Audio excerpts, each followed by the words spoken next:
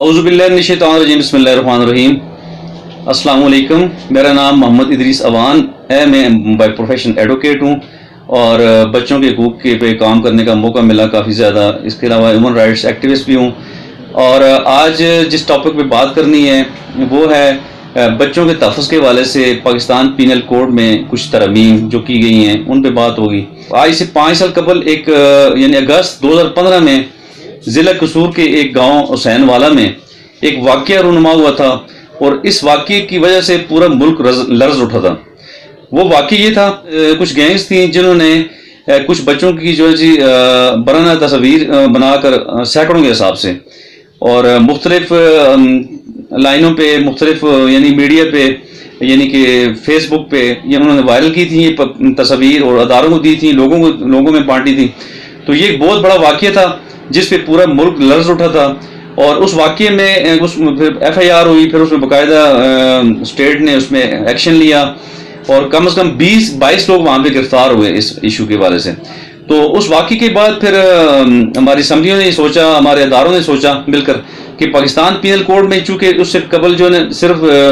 بچوں کے حوالے سے آبروریزی اور غیر فطری افعال جو ہیں ان کے حوالے سے سیکشن آف لا موجود تھی،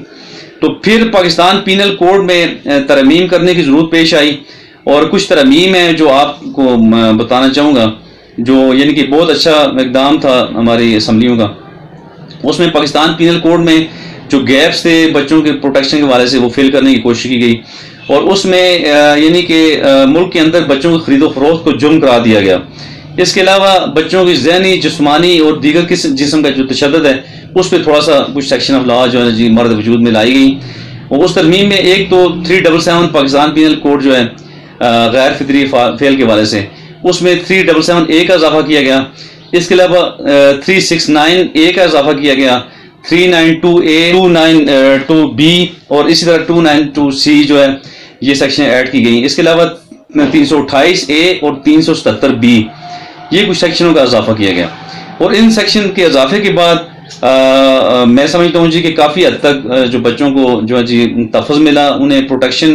ملی، اور جو بچوں پہ ظلم و زیادتیاں تھیں وہ نسبتاً جو اس سے پہلے ہو رہی تھیں زیادہ، وہ تھوڑا سا اوور کم ان کو کیا گیا، چونکہ ان ترمیم کے بعد جو ہے جی جو کلپرٹس تھے ان کے خلاف جو ہے نا تھوڑا گہرا تنگ ہوا۔ تو یہی صرف کافی نہیں تھا، بلکہ اور بھی اس سے آگے بڑھ کے جو ابھی ہمارے کے پی کے جو اسمبلی میں جو ہمارا قانون ہے وہ تو خیر قبل ازیں پاس ہو چکا تھا، چائلڈ پروٹیکشن ویلفیئر ایکٹ 2010، تو وہ بھی ایک بڑا قانون ہے ہمارے صوبے کے اندر۔ چونکہ اب جو ہماری جو ہے ترمیم، جو 18ویں ترمیم ہوئی ہے، اس کے بعد جو ہمارا قانون سازی کا اختیار ہے وہ صوبوں کو مل چکا ہے۔ ابھی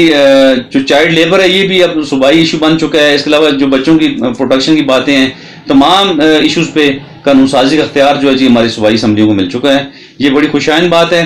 اور یہ سر قوانین کی بات کرنے کی حد تک کافی نہیں ہوگا۔ میں سمجھتا ہوں جب تک ہم ان قوانین پہ سارے مل کر ہم سختی سے عمل نہیں کریں گے، ہمارے قانون نافذ کرنے والے ادارے ہوں یا ہمارے اسٹیک ہولڈرز ہوں، سارے مل کر ہمیں چاہیے کہ جی ہم قانون نافذ کرنے والے اداروں کا ساتھ دیں، اور جہاں پہ بھی بچوں پر تشدد ہو رہا ہے، کوئی بھی ظلم و زیادتی ہو رہی ہے، چاہے خواہ جنسی تشدد ہے یا دیگر جسمانی تشدد کی کوئی بھی قسم ہے، اس میں خدارہ سارے لوگ مل کے ان کیسز کو رپورٹ کیا کریں، اور والدین سے میری گزارش ہے کہ ایسے کیسز کو کبھی بھی چھپائیں مت، آپ اس کی رپورٹ کریں، ایف آئی آر کریں، کلپرٹس کو جو ہے تاکہ قرار باقی سزا ملے، اور ہماری عدالتوں کو جو ہے جی بر وقت فیصلے کرنے ہوں گے تاکہ ہمارے بچے محفوظ رہ سکیں۔ اور اسی کے ساتھ آپ سے اجازت چاہوں گا، آپ کا بہت بہت شکریہ۔